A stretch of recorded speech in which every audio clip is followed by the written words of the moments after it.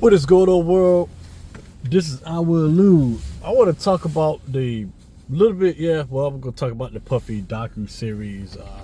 I went on to finish, and I watched it probably maybe like a week and a half ago, and I was very shocked of how much, they are compiling. It just seemed like they just compiling everything on like Puffy situation. I'm very shocked to see that the media and these YouTube outlets and anything that's a media outlet that are still talking about the Tupac and the Biggie situation.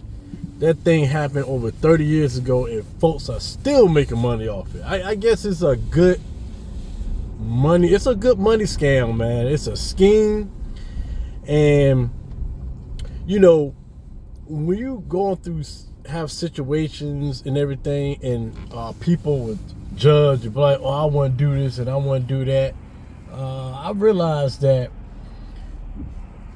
you really truly don't know what you would do if you are in a particular situation. Like, that's just like for me, right? If I'm like the president of the United States, right, and here it is, I'm talking trash about like what the president's doing, or any president, whatever, right?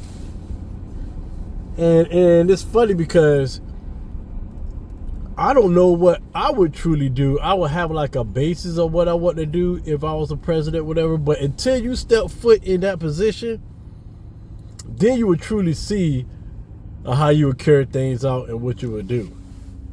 But like the whole Puffy situation, right? That documentary,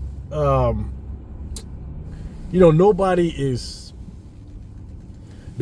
perfect, man. It's going to be situations and stuff. Like, I walked up and I'm like, okay, all right. That's why I made a comment, was talking about, okay, 50, I guess they made you the face for this docuseries, and that lady, I don't know, that lady name, but okay, let's take it to another level. Let's do a documentary on Clive Davis. Let's see all the ins and outs of what this guy has done, because I know Clive Davis did a lot of dirt, so, but it just seemed like right now it's like the whole jumping on Puffy. And I'm not defending Puffy, man. I'm not like defending. Yeah, he did some stuff that was messed up, whatever, right? But it's still like, it's like taking everybody wrong's doings that's like in that same space as far as business and what business and doing music, whatever. And it's like they just put it all on Puff Daddy. Cause trust me, there are a lot of wrongdoings that are happening in the industry. It is not all about what Puff did, whatever. So I was just very shocked. The documentary to me seemed like it was a little swayed. It seemed like to me that there was some fabrications that went on. Like, some people lied and just to try to get their point across. And yeah, nobody's perfect. Nobody's perfect in the freaking industry, man. There's no way that you could be. You can't even be too nice in that type of field. And yet, there's gonna be some wrongdoings. Yes, Puff Daddy has done some things that was wrong. The man is already in prison for what they got him for. But to come out with a documentary just to bash him some more while he's still locked up, I'm like, good gracious. I just feel like when a person is already down and you just compile them more, but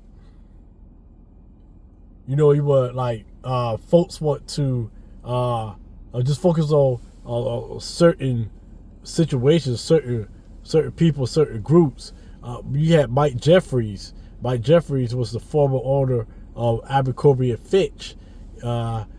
He recently just now getting back on trial. Because his situation went down a little bit after the Puffy situation went down. He was having sex with young boys that was modeling for his clothing line back then, and he'd been doing it for decades.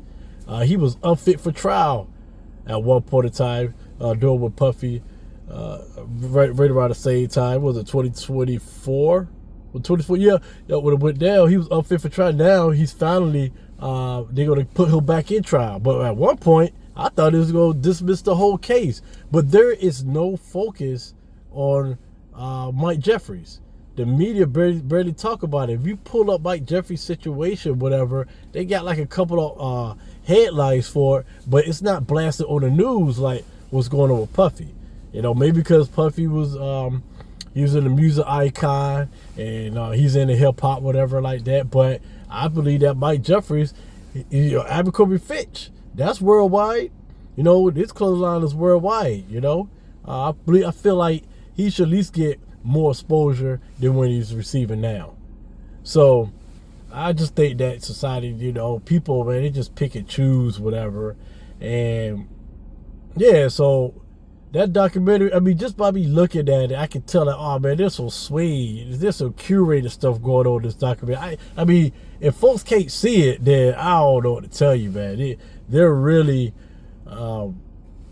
seem like they're kind of, there's a fabrication going on with that documentary, and they try to insinuate things of how they want the outlook to be, and it's, you know, it's more likely some of the stuff is probably not even like that when the events went down. So anyway, I just had to talk about that because I was a little bit just shocked when I watched that documentary and how it seemed like it was curated to make someone look like something that wasn't there. Anyway, this is Awalu, and I'll probably catch your next one. I don't really make videos like I used to, but you know, when there's something that catches interest to me, I'll talk about it. All right, y'all. See y'all in the next one. Peace.